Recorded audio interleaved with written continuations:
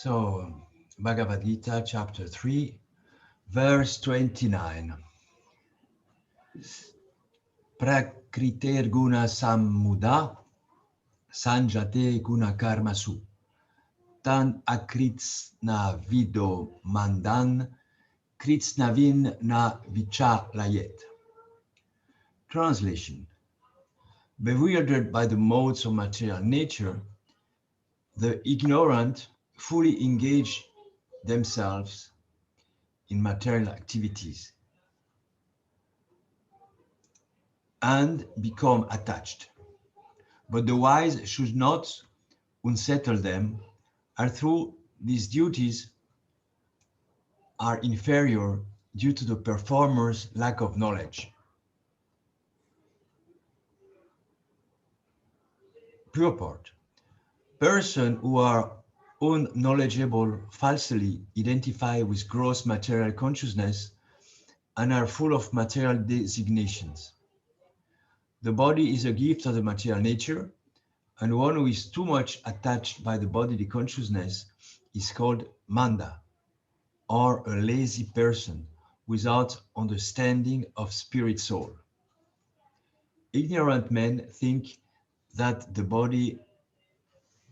of the body as a self. They accept bodily connections with others as kinsmanship.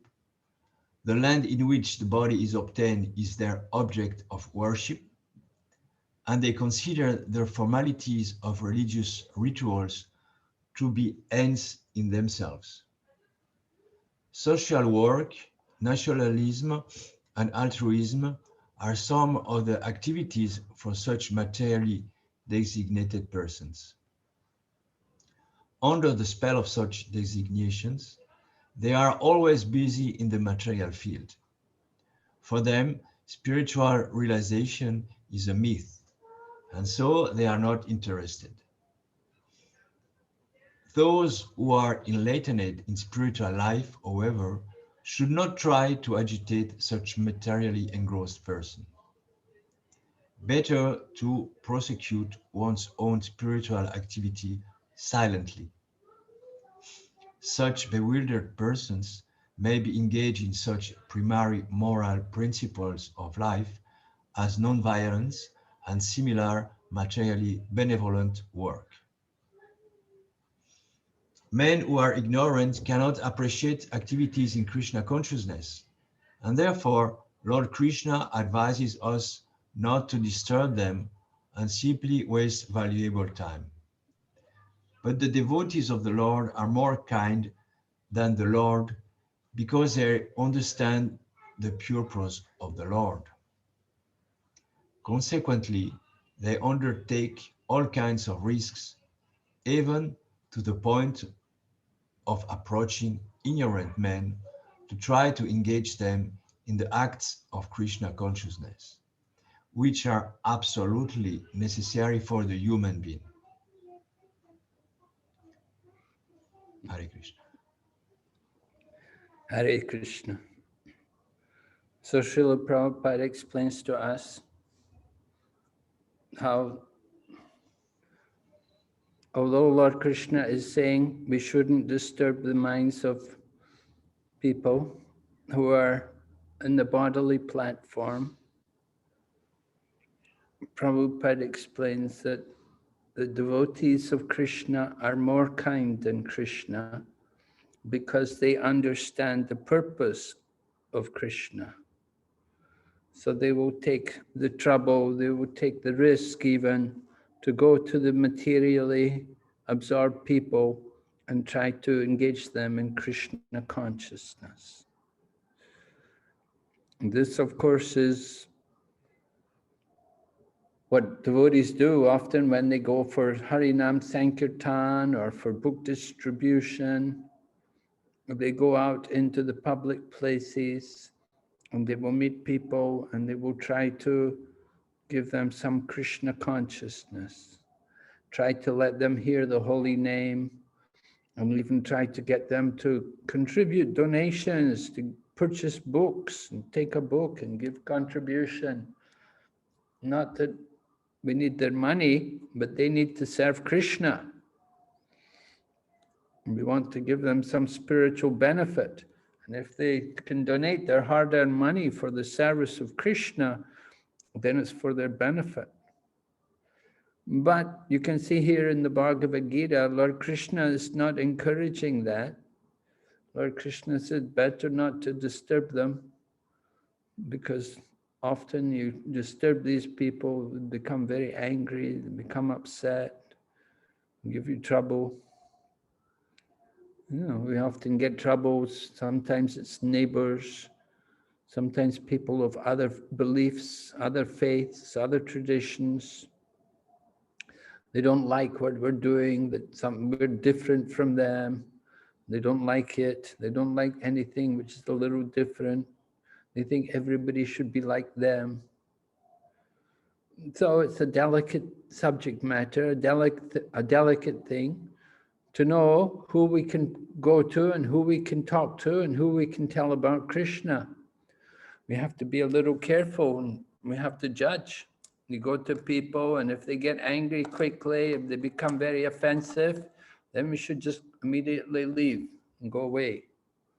You have to see who is willing, who is going to be a little interested, who is submissive. But if people are very challenging and very offensive, then immediately go away. Don't stay and try to defeat them, because it's not easy to convince people in the Kali Yuga. So it's better not to hear a lot of blasphemy. Better just to leave that place, just go away. There's always other people. You'll always get other different people. And eventually you'll find somebody who's a little interested. So we can't expect everybody to be interested. So you have to be flexible. You have to be able to make decisions, how long to stay and talk to the person, how much to talk to them. It's a difficult business sometimes. It's challenging to think how to help this person, how to bring them to Krishna consciousness. So for some people, the best way to help them is to ignore them and leave them alone. So we have to be careful. Yes? Any questions?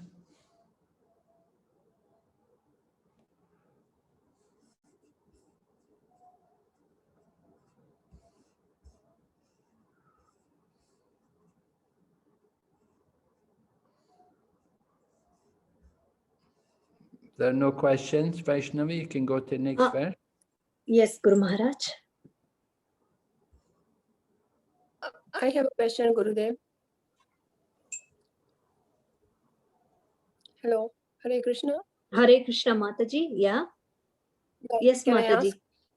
Yes, Okay, Mataji. Gurudev, Please. one time during the Damodar Aarti, we had gone to a house, and there the husband was very much against the Aarti, but the wife was in tears. She wanted to do the Aarti somehow, and the husband was abusing us from inside the house. He told us to get out, there's no need to do all that. So we pleaded him, we said, at least your wife wants to have the Aarti, have it once and see the taste. He said, no, get out, I don't want to have it. And then after that, we did the Aarti in the other house, in the neighborhood, and we told that lady to come and join us. So she said, okay, I'll come after 15 minutes, and she joined. And she was crying like anything. So what do we do? Did he do the correct thing, or we should have just walked out? Yes, you have to walk out. I mean, you tried, you suggested to him, why not just try? He didn't want, okay, so go.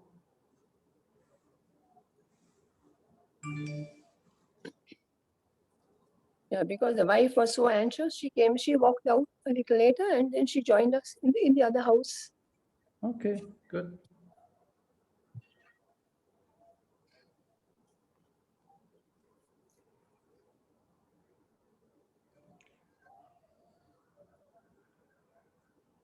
Not everybody wants you to come in their house. You have to be Careful. We have faced this many times, Gurudev. Even as we enter and talk to them, they listen and they'll say, no, not necessary. We are doing our own puja, not necessary to come. Okay. So you leave them alone? Sorry? So leave them. You just go. You don't Yes, yes. Yeah, that's what we did. What to do?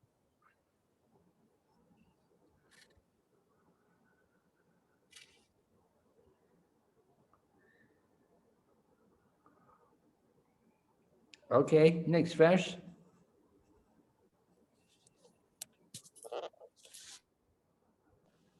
Hare Krishna.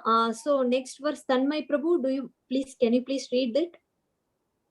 Sure, Mataji. Hare Krishna. Thank you, Prabhu. Mai sarvani karmani sannyasyaadhyatma chetasha nirashir nirmamo bhutava yudhyasva bhigata jvara.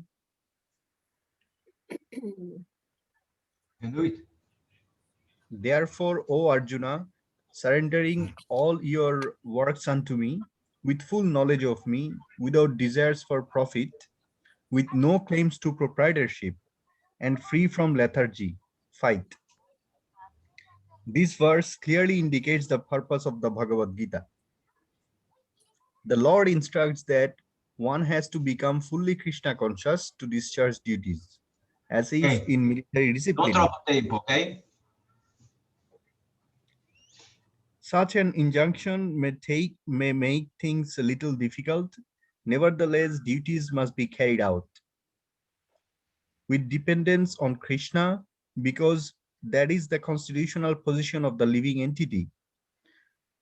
The living entity cannot be happy independent of the cooperation of the Supreme Lord, because the eternal constitutional position of the living entity is to become subordinate to the desires of the Lord. Arjuna was therefore ordered by Sri Krishna to fight as if the Lord were his military commander. One has to sacrifice everything for the goodwill of the Supreme Lord, and at the same time discharge prescribed duties without claiming proprietorship. Arjuna did not have to consider the order of the Lord. He had only to execute his order. The Supreme Lord is the soul of all souls. Therefore, one who depends solely and wholly on the Supreme Soul without personal consideration, or in other words, one who is fully Krishna conscious, is called Adhyatma Chetas. Nirashi means that one has to act on the order of the master, but should not expect fruitive results. The cashier may count millions of dollars for his employers, but he does not claim a cent for himself. Similarly, one has to realize that nothing in the world belongs to any individual person, but that everything belongs to the Supreme Lord. That is the real purpose of Mai, or unto me. And when one acts in such Krishna consciousness, certainly he does not claim proprietorship over anything. This consciousness is called nirmama, or nothing is mine. And if there is any reluctance to execute such a stern order, which is without consideration of so-called kinsmen in the bodily relationship, that reluctance should be thrown off. In this way, one may become bigata jvara, or without feverish mentality or lethargy. Everyone, according to his quality and position, has a particular type of work to discharge, and all such duties may be discharged in Krishna consciousness. As described above, that will lead one to the path of liberation.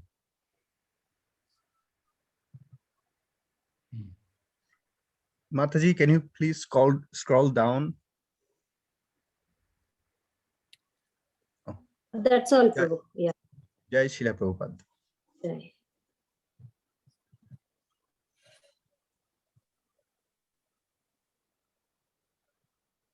So Prabhupada said this is very important instruction. This is the proper mood in performing our duty.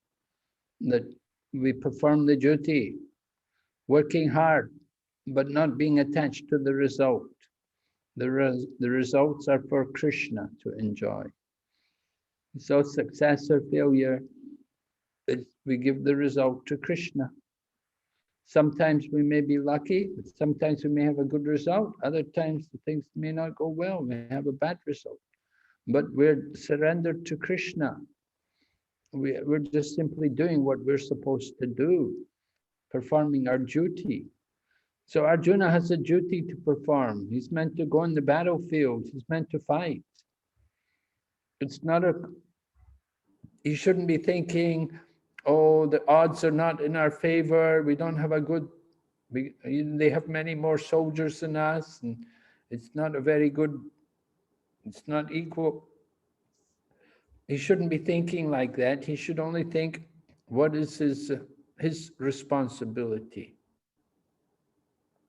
That he's a soldier, he's a Kshatriya, and he's come on the battlefield. And so his duty is to fight. And so each and every one of us, we have a particular duty, we have obligations, we have to do the work, we have to perform everything, but we should do them in consciousness of Krishna, remembering that he's the master and we're the servants. And the results are given by Krishna. It's not just by our own efforts that we get good results. Of course, we try our best to be a good instrument in his hands, but ultimately it's up to Krishna. And it's not just karma. We can't say everything depends on karma. It's not just karma alone, but it's the will of the Supreme Lord. We have to understand what is his desire. And sometimes we get a good result and sometimes we don't. But we shouldn't be disturbed. We have to remain neutral. So this should be the mood in all of our activities. Lord Nityananda went out to preach to people, and he went with Haridas Thakur. So Lord Nityananda is a Lord Balaram, and Haridas Thakur is a great devotee. He's Lord Brahma. And they went preaching and they asked people to chant the holy name. And sometimes they had to run. Sometimes they were attacked. But they didn't give up their duty because Lord Chaitanya had asked them to go and ask people to chant the holy name. So they would go and they would pick the most fallen, the most unlikely people to chant. And they would go to them and request them to chant the holy name. They would go there and ask them, please, you chant the holy name. And so even Lord Nityananda was attacked, but it didn't deter them from their duty.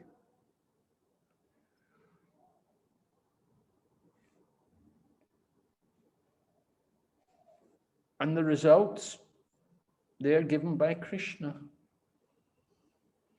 So Karma Yoga is like that. Perform your duty without being attached to the results.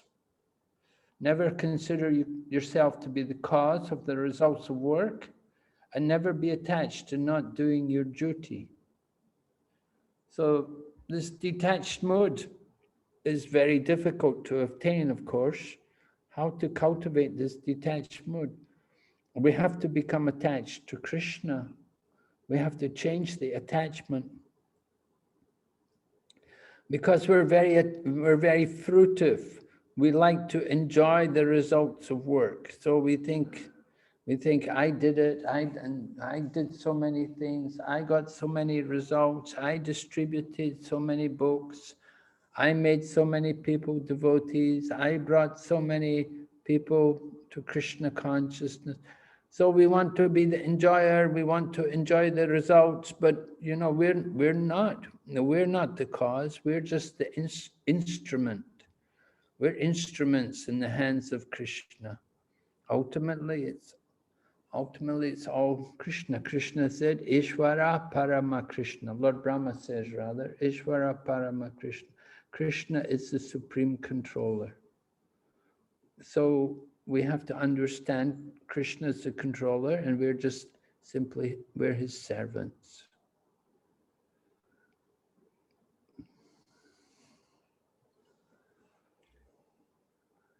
Easy to say, difficult to do. I have a question, Guru Maharaj. Yes, Prabhu. In this case of Arjuna and Sri Krishna, they were together. So Krishna could tell Arjuna that what he is doing or what he doesn't want to do. Basically, Krishna could instruct, as we can see here.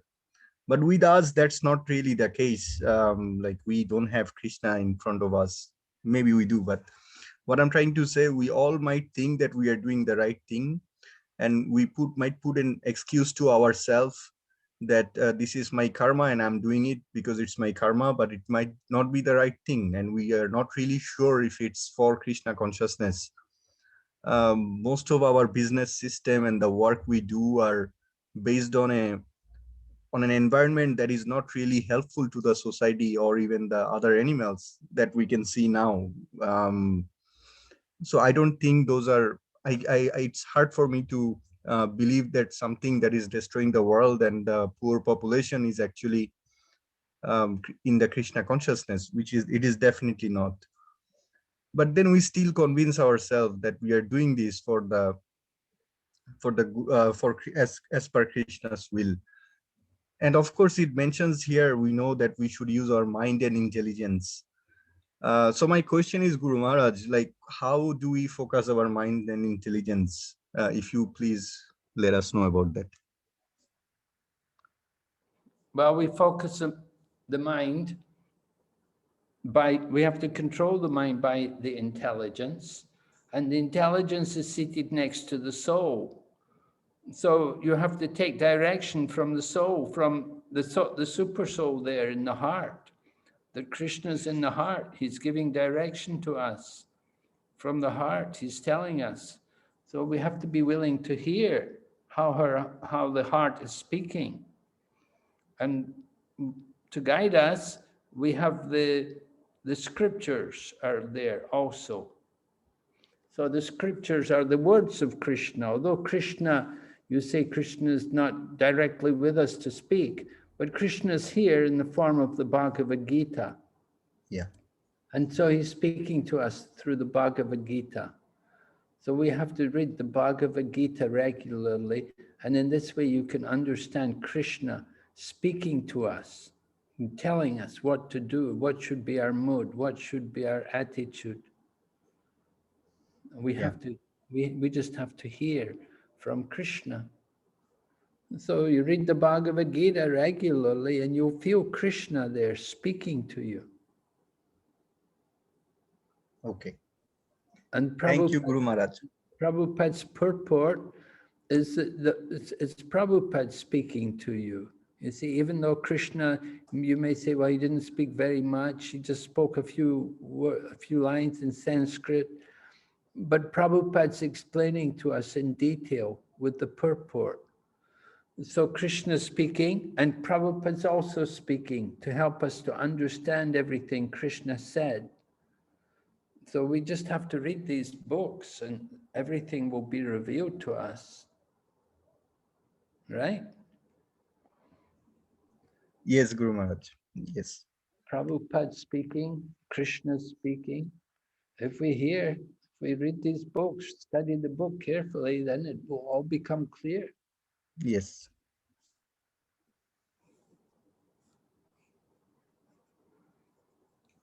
Thank you, Guru Maharaj. It's clear. Thank you, Prabhu, for the question. Hare Krishna. Vaishnavi? Yes, Guru Maharaj. Yes, Guru Maharaj, I have a question that you said it's the will of Krishna that everything does not depend upon our karma. So is it like Krishna, if he want, he can change the karma, or he usually gives the results according to our karma? Yeah, well, we have karma, but the will of Krishna is greater than karma.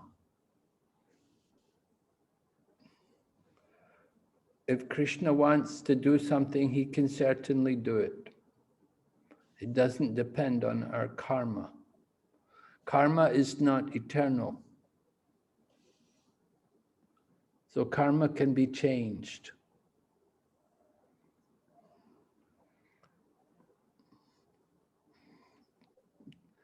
People who believe in karma, there's a philosophy called Karma Mimamsa, Jaimini. And he has the philosophy that karma is supreme and everything depends on karma. So the idea is that you just have to do your duty. You don't have to worship God. You don't have to depend on God. You just perform your duty. And if you do the duty, if you do the job properly, then you'll get the good result. But we see that's not true. It's not true. Because one may have a disease. You may go to the doctor and you have the best doctor and he really gives you the best treatment and the best medicine, but still you don't get cured. So the medical doctor and the medicine are not supreme. You could say, well, that was the karma. Well, you could, you would think that if you had the best doctor and the best medicine, that would overcome, but it doesn't. And sometimes the mother and father may bring up their child very nicely, and they really take care for their child, and they train their child to be very nice and polite, well-behaved. But sometimes the child may get sick and die, or sometimes the child may even grow up to be very bad. Although the mother and father had tried everything to make him a very nice child, he may grow up bad. So karma in itself is not supreme. And what is greater than karma is the will of the Supreme Lord, the arrangement of the Lord, who is in contact, overseeing the material nature. So it's not karma alone, but you need also the blessings of the Lord. Just like you may want to become a pure devotee. Okay, so you do good karma and you do a lot of chanting and you do very strict devotee, you follow all the rules, but you may not get Krishna prem, right? You don't get love of God. Why not? Well, you need to get Krishna's blessings. It's not just only doing good karma gets you everything. Just like Nanda Maharaj, no, rather, Nanda Maharaj was doing Indra Yagya. So Lord Krishna began to preach to him that he said, oh, you don't have to worship Indra. You just have to do your duty. Just do good karma and we will get rain. He said, you don't need to do the Indra Yagya, but it's not true. You do have to worship God. He is a person, and it is important to worship him. Of course, you may worship him, you still may not get the result. That may be there, yeah. Just because you worshipped him doesn't mean you're going to get everything you want. But we should recognize how he is the ultimate controller. It's not just karma alone which is responsible. Oh, somebody's got good karma. To some extent, they've got some good karma, but it doesn't stay forever. It's not eternal.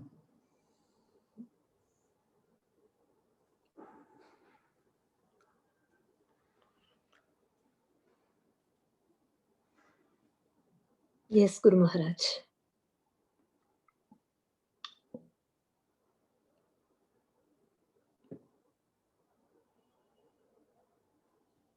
One question, Guru Maharaj. How can we understand the orders of Sri Krishna and how can we separate them from our own desires?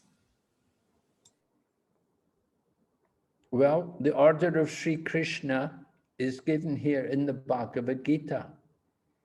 When Krishna is speaking to Arjuna, he's speaking to all of us as well. So he tells Arjuna to give up all material religion and surrender to him. So that instruction is also for us. We have to give up our material conditioning, our attachment to material things, and we have to take shelter of Lord Krishna.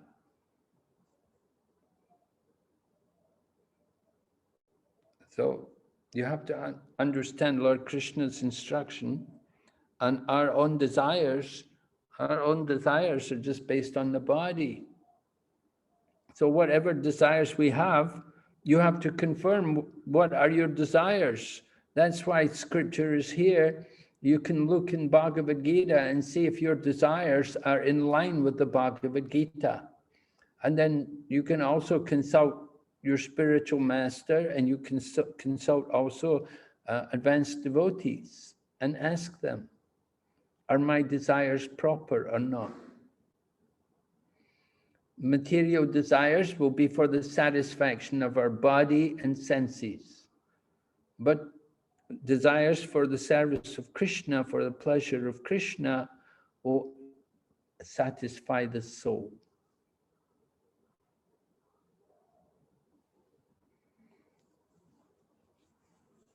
Can you understand, Maraji?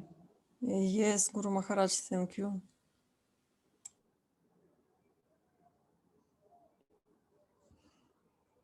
Yes, we'll go ahead, Vaishnavi. Yes, Guru Maharaj. Fernando Prabhu, can you please read 3.31? Yeah, sure, Mataji. Thank you, Prabhu. Ye me matham idam nityam anutishtanti manavaha sradhavanto nasuyanto mutyante tepi karma bihi.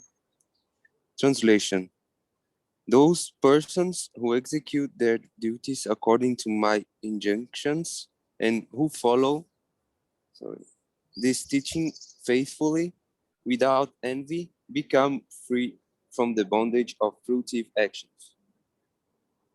Purport: the injunction of the Supreme Personality of Godhead Krishna is the essence of all Vedic wisdom and therefore is eternally true without exception. As the Vedas are eternal, so this truth of Krishna consciousness is also eternal. One should have firm faith in this injunction without envying the Lord. There are many philosophers who write comments on the Bhagavad Gita but have no faith in Krishna. They will never be liberated from the bondage of fruitive action. But an ordinary man with firm faith in the eternal injunctions of the Lord, even though unable to execute such orders, becomes liberated from the bondage of the law of karma. In the beginning of Krishna consciousness, one may not fully discharge the injunctions of the Lord, but because one is not resentful of this principle and works sincerely without consideration of defeat and hopelessness, he will surely be promoted to the stage of pure Krishna consciousness.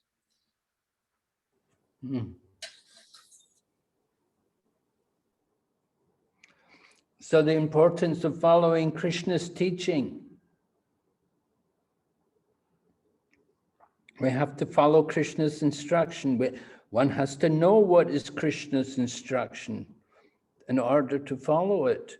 And so it's important for us to hear from Krishna, just like we're reading the Bhagavad Gita. It's very helpful for us if we read regularly the Bhagavad Gita and hear and try to understand.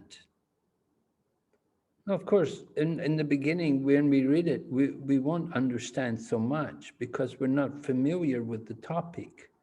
It's something quite different from anything we've read before. So we will have to read it. We have to read it again and again. And maybe we have to ask questions about what we're reading and try to understand it more. But it takes a little time, but it's not impossible. It just takes a little patience and a little enthusiasm and determination. You know, these things, they're very important. Enthusiasm, patience, and determination. And then you can understand easily what is being said here. So here in this verse, Lord Krishna is saying we have to follow his instructions. And if we follow his instructions, then we will get a good result. Of course, to follow the instructions of Krishna, you have to have faith. You have to believe in Krishna. You have to trust him. And so it mentions you shouldn't be envious of Krishna. And we shouldn't doubt. We have to have faith. We have to believe in Krishna, that what he's saying is true and it's good for us. And if we do it, it really works. It really helps us. So Prabhupada mentions, in the beginning, one may not fully discharge the injunctions, but because one is not resentful and works sincerely, he will be promoted. Yeah. So in the beginning, we follow a little bit. We don't follow fully everything, but gradually, Krishna helps us that we develop more trust, more faith in Krishna. Then we start to follow. And we get people, they're not following any principles, not chanting any rounds or following any principles. But they're willing to hear, and they come and then they start trying to chant, and then they start following one principle, and gradually, little bit by little bit, gradually they progress. And so it takes some time. But slow and steady wins the race. Gradually, they'll get better. Gradually, they'll get some good result. All right, any question?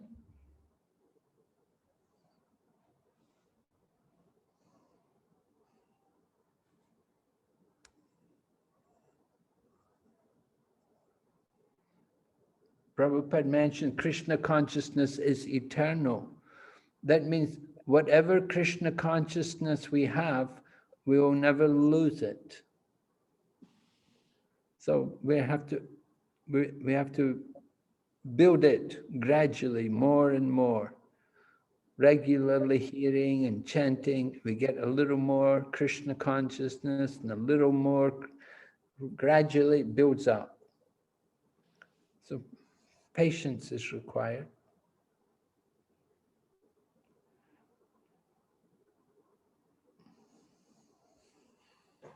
Yes?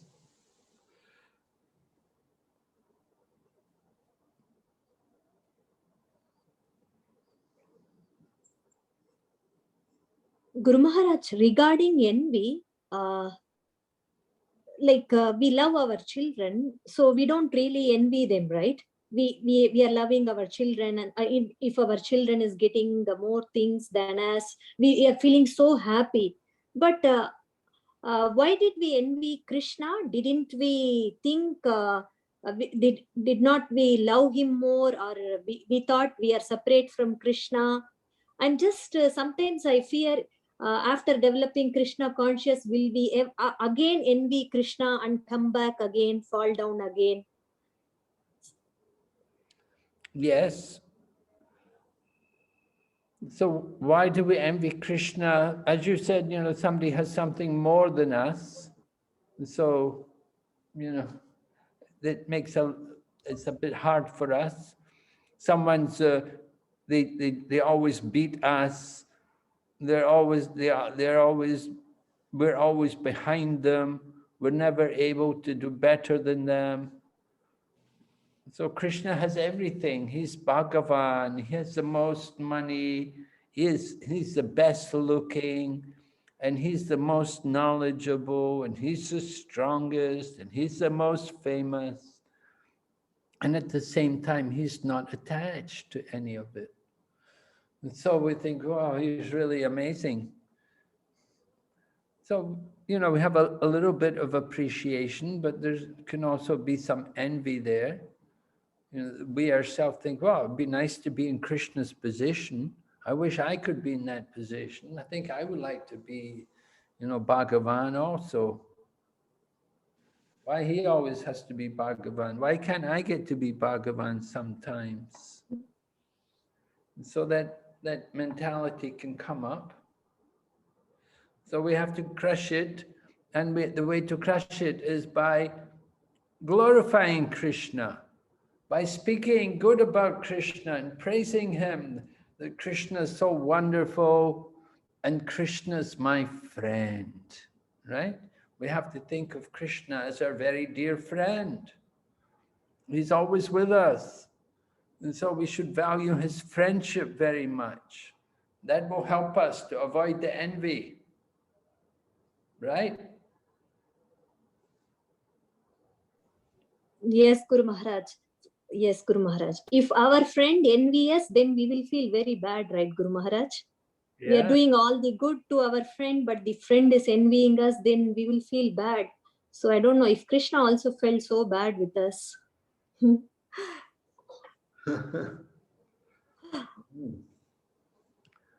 Yeah, we want to keep a friendly relationship with Krishna.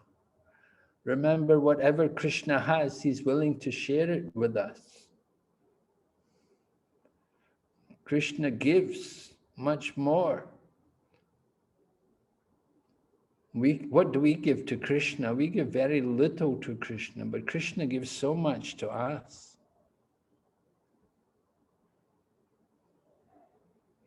So we shouldn't mind to give to Krishna. We should be happy.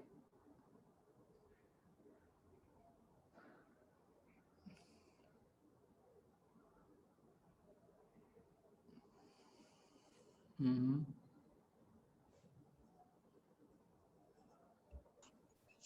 Will we read another verse? No. Yes, Guru Maharaj.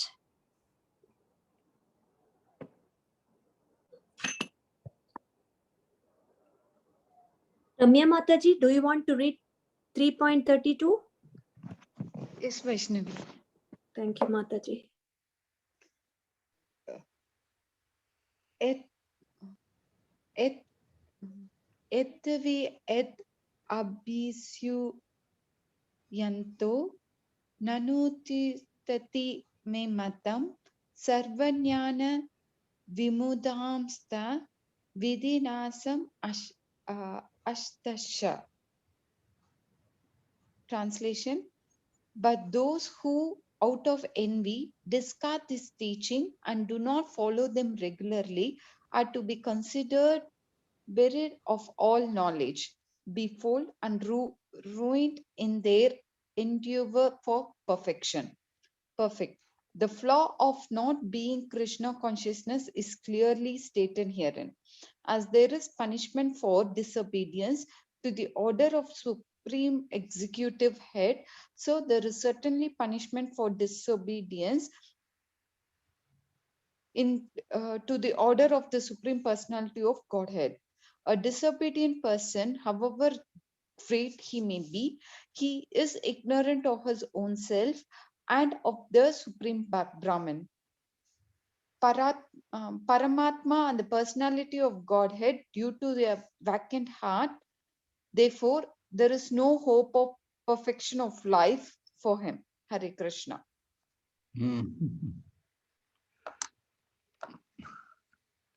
Okay.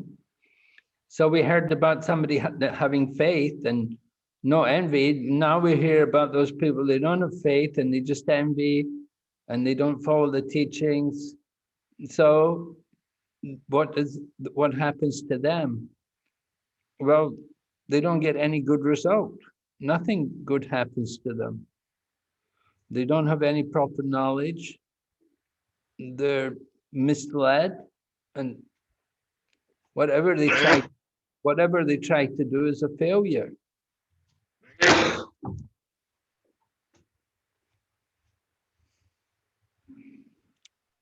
So this way, Krishna is encouraging the devotees that we should have faith and we shouldn't be envious and we should just try to follow Krishna's instructions. And when we don't follow, then we should know that how it's going to give us a problem. Problems are going to come. If one doesn't follow the teachings of Krishna, then Krishna won't appear in their heart. In their heart, Krishna is not going to guide them because they're not listening. Then they don't want to take instruction. So Krishna he's in their heart, but he will remain passive because they don't want to hear. They're not willing to take any instruction. So why should Krishna bother? He's been in their heart. He's waiting. So it will take more time. Of course, some people, some living entities, they'll go down and down and down into lower species of life. And they will take birth in the lower species of life again and again and again. They'll never get any good body. Because that's what they want. They don't want to be devotees. They don't want to surrender to Krishna.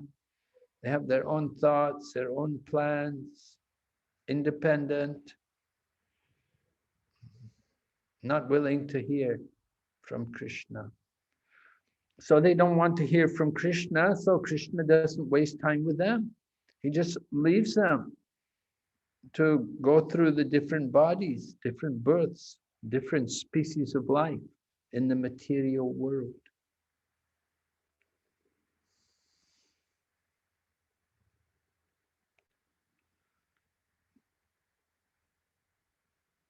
So every moment, Krishna's with us, and he's just waiting. He's looking for a response. He wants to see, are we interested? Are we willing to take advantage of his instructions? If we take advantage of a little instruction, then he'll be inclined to give more.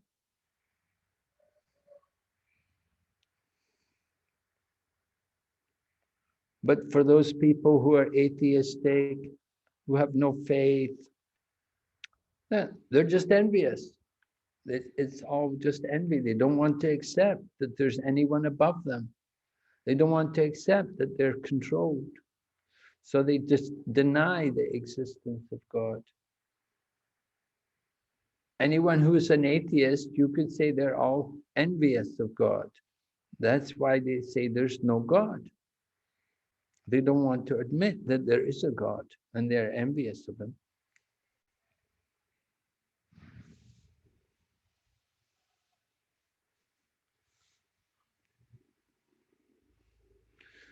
So spiritual education is very important for people. People have to get knowledge. They have to be guided to understand there's a God, there's a supreme controller behind everything. We're all his parts and parcels.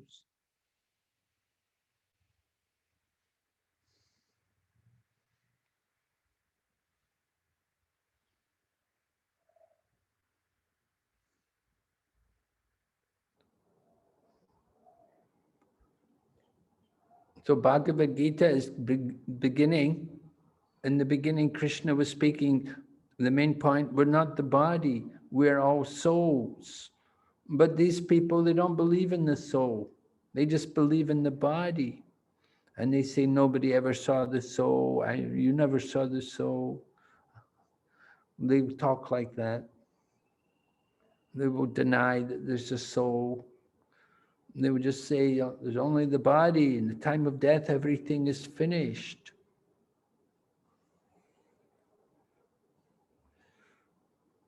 So Krishna comes as death to take everything away from them. So for the atheists, God is death. That's how they see God. They see him as death.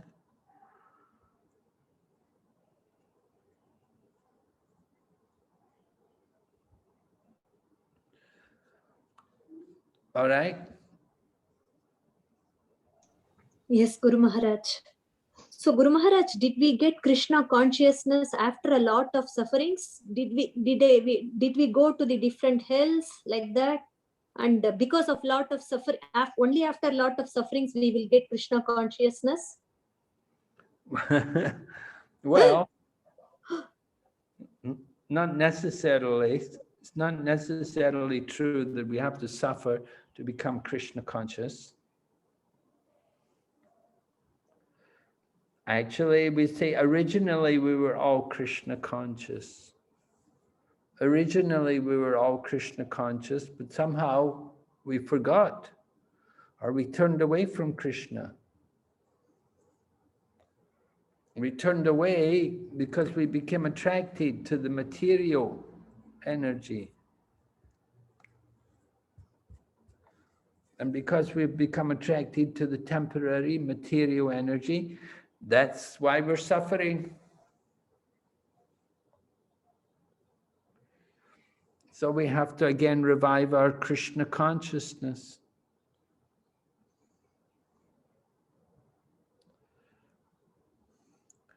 Most people, they won't even admit that they're suffering. They'll say, no, I'm not suffering. It's okay. I'm happy. It's like Prabhupada tells the story. The man is in hospital and he's covered with bandages from head to foot. He had a terrible accident and he's all bound up with bandages. He can hardly move. And his friend comes to see him and he said, how are you? Are you okay? And the man is all covered in bandages. And he said, oh, I'm fine, I'm fine. So people in material world are like that. They won't admit they're suffering. But they are. We're all suffering in the material world. We're all suffering the miseries of material life, the old age, the disease, the death. Of course, the suffering is all in the mind. If we can detach ourselves from the mind, then we can be free of all the suffering. So we have to detach ourselves from the mind, train the mind, beat the mind by chanting Hare Krishna mantra, by reading Bhagavad Gita regularly. Train the mind to understand this Bhagavad Gita. It will be a great help to us.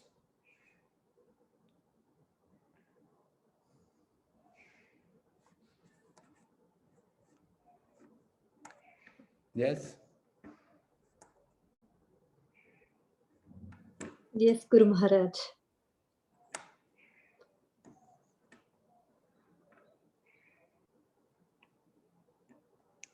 Yeah, material world is all suffering. Only one taste. Prabhupada gave the example, he said, just like in a salt mine, if you go to Siberia, they have salt mines. And so if you're inside the salt mine, you may have, you may have a nice, delicious fruit salad or cream cake or something, but you're inside the salt mine, there's only one taste, and that will be salt. Everything is salt. So material world is like that, actually. Only one taste here in this material world. And it's not very pleasant. But, we try to forget about it. We try not to look at it, and we try to put on a good face and say, yeah, not so bad. I'm happy. I'm enjoying. I'm happy. I'm enjoying. But it's also temporary. How can we enjoy? Just like in the dream. In the dream, you're enjoying. What is the meaning? It's not enjoyment at all. Just a dream, the illusion. So the material world is like that. It's the illusion of enjoyment.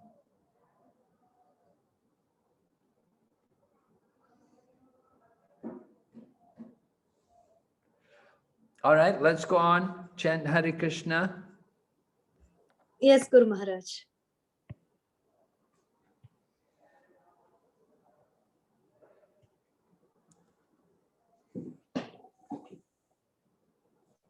Jai Shri Krishna Chaitanya Prabhu Nityananda Shri Advaita Gadadhar Shri Vasadi Gaur Bhaktavinda Hare Krishna Krishna Krishna Hare Hare Hare Rama, Rama Rama, Hare Hare, Hare Krishna, Krishna Krishna.